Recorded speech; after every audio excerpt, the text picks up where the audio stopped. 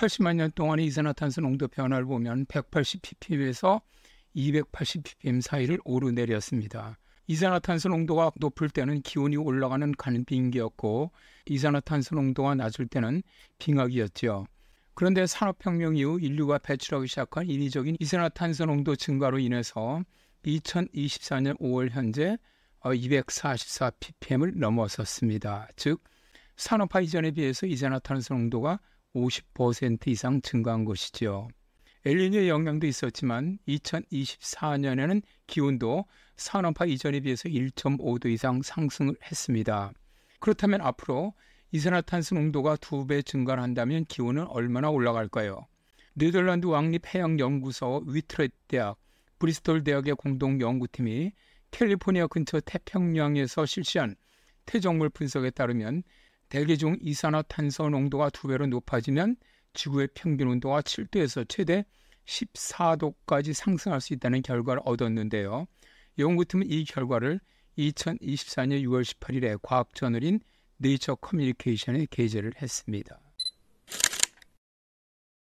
연구팀은 태평양 바닥에서 추출한 45년 된 시추코어를 사용을 했는데요.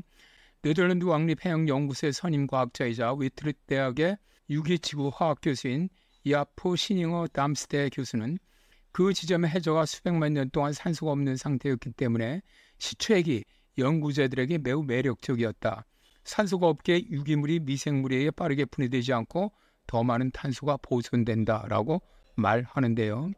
연구팀의 위트콥스키 박사는 지난 1500만 년 동안의 이산화탄소는 한 곳에서 조사된 적이 없다면서 이들이 채취한 시료인 드릴코어의 상부 1000m는 지난 1800만 년에 해당한다고 말합니다. 이 자리에서 연구팀은 새로운 연구 방식을 사용하여 과거 해수 온도와 고대 대기 중의 이산화탄소 농도를 추출할 수 있었는데요. 연구팀은 20년 전 네덜란드 왕립해양연구소에서 개발한 TEX86 방법을 사용하여 온도를 추출해냈습니다. 이 방법은 별개의 미생물 종류인 고세균의 막에 존재하는 특정 물질을 사용하는 방법인데요. 고세균은 해저 200m 상부에 있는 물의 온도에 따라 막의 화학적 구성을 최적화하는데요. 그 막에서 나온 물질은 해양 퇴적물에서 분자 화석으로 발견할 수 있으며 오늘날까지 분석할 수가 있습니다. 또한 연구팀은 조리에서 일반적으로 발견되는 두 가지 특정 물질인 엽록소와 콜레스테롤의 화학 조성을 사용하여 대기 중에 이산화탄소 함량을 도출하는 새로운 접근 방식을 개발했는데요. 이것은 정량적 이산화탄소에 콜레스테롤을 사용한 첫 번째 연구이자 이 기간 동안 엽록소를 사용한 첫 번째 연구이기도 합니다. 이런 물질을 생성하기 위해서 조류는 물에서 이산화탄소를 흡수하고 광합성을 통해 고정해야만 하지요. 담스대 교수는 지구상에 있는 탄소의 극히 일부만이 무거운 형태로 발생하며 일반적인 탄소 12 대신 탄소 13에서 발생하며 조류는 탄소 12를 선호한다. 그러나 물속의 이산화탄소 농도가 낮을수록 더 많은 조류가 희귀한 탄소 13을 사용한다. 따라서 이 두 물질의 함량은 해수의 이산화탄소 함량을 측정할 수가 있다. 그것은 용해도 법칙에 따라 대기 이산화탄소 함량과 상관관계가 있다라고 말합니다. 이 새로운 방법을 사용하여 이산화탄소 농도는 1500만 년 전에 약 650ppm에서 산업혁명 직전 280ppm으로 떨어진 것으로 밝혀졌는데요. 이런 결과를 통해 우리가 발견한 기온 상승은 유엔 기후 패널인 IPCC가 지금까지 추정해온 2.3도에서 4.5도보다 훨씬 크다라고 제1저자인 케이틀린 위트콥스키 박사는 말합니다. 연구팀은 지난 1500만 년 동안 파생된 온도와 대기 중 이산화탄소 수준을 서로 비교해서 그래프를 그렸더니 강한 관계가 있음을 발견했는데요.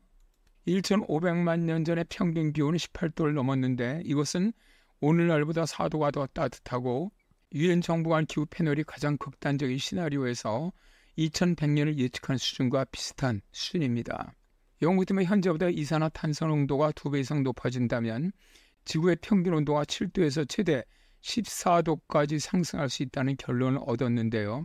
만약에 최대 14도까지 올라간다면 지구 역사상 가장 더웠다는 에오세 때의 기온 상승 8도보다 거의 2배 가까이 오른다는 이야기입니다.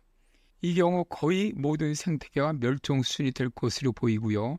당연히 인류가 지구에서 살아가기는 매우 어려워 보입니다.